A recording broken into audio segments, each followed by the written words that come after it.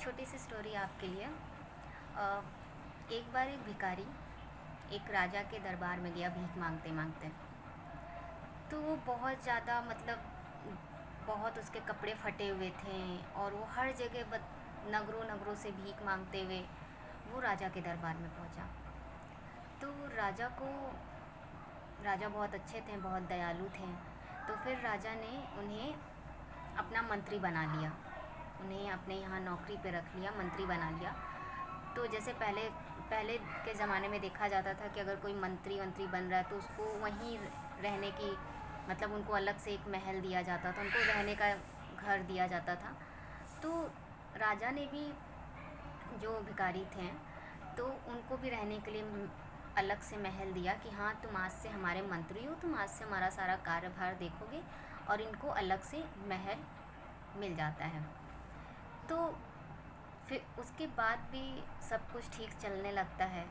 मंत्री भी अपने काम में ठीक जो भिखारी जो मंत्री बने रहते हैं वो भी अपने कामों में इंटरेस्ट दिखाने लगते, काम अच्छा करने लगते हैं। राजा उनके काम से बहुत खुश होते हैं। तो कुछ दिन नॉर्मल ऐसे बीतता है। फिर अचानक कुछ दिन बाद राजा देखते हैं कि अरे, मंत्री तो कि आधी रात में निकल के उनके सामने एक राजमहल के सामने छोटी सी झोपड़ी रहती है। तो जो मंत्री रहते हैं वो निकल के आधी रात में डेली उस झोपड़ी में चले जाते थे और सुबह होने के पहले निकल आते थे। राजा बहुत दिनों से ये नोटिस करने लगे। राजा हमेशा नोटिस करने लगे कि अरे, ये तो डेली रात में निकलता है और सामने झोपड़ी में चला जाता है। तो कहीं ये हमारे महल से गद्दारी तो नहीं कर रहा है, कहीं ये हमारे महल का कुछ चोरी तो नहीं कर रहा है। राजा के मन में ये आया। तो एक दिन राजा ने कहा कि मैं मंत्री को रंगे हाथों पकड़ूंगा। उसके बाद क्या हुआ कि जब एक दिन मंत्री जा रहे थे अपने झोपड़ी में आधी रात में, तो राजा भी उनके पीछे पीछे गए। तो राजा भी जब दरवाज़ा खोले तो उन्होंने देखा कि मंत्री एक बड़ा सा बक्सा खोल के और वहाँ बैठे हुए थे। तो राजा को लगा कि लगता है इन्होंने बहुत सा ज़्यादा धन चुराया है और ये बक्से में सारा रखे और उसको खोल के देख रहे हैं।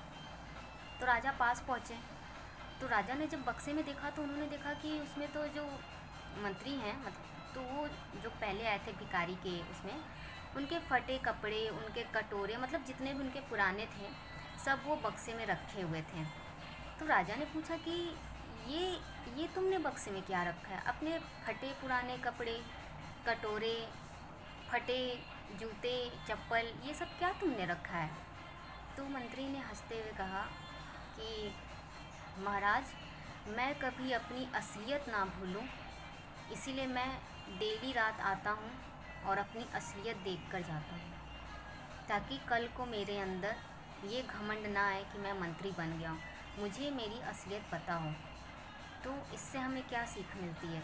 बहुत लोगों के पास धन दौलत सब आ जाता है, लेकिन कहावत सच है, जब धन दौलत आता है तो अपने साथ घमंड लेकर आता है। तो अपने साथ घमंड ना भूलें, अपनी असलियत याद रखें कि आप कहाँ से कहाँ पहुँचे हैं। तो इससे आपके अंदर घमंड नहीं आने पाएगा। तो इसलिए हमेशा अच्छा सोचें और अच्छा करें।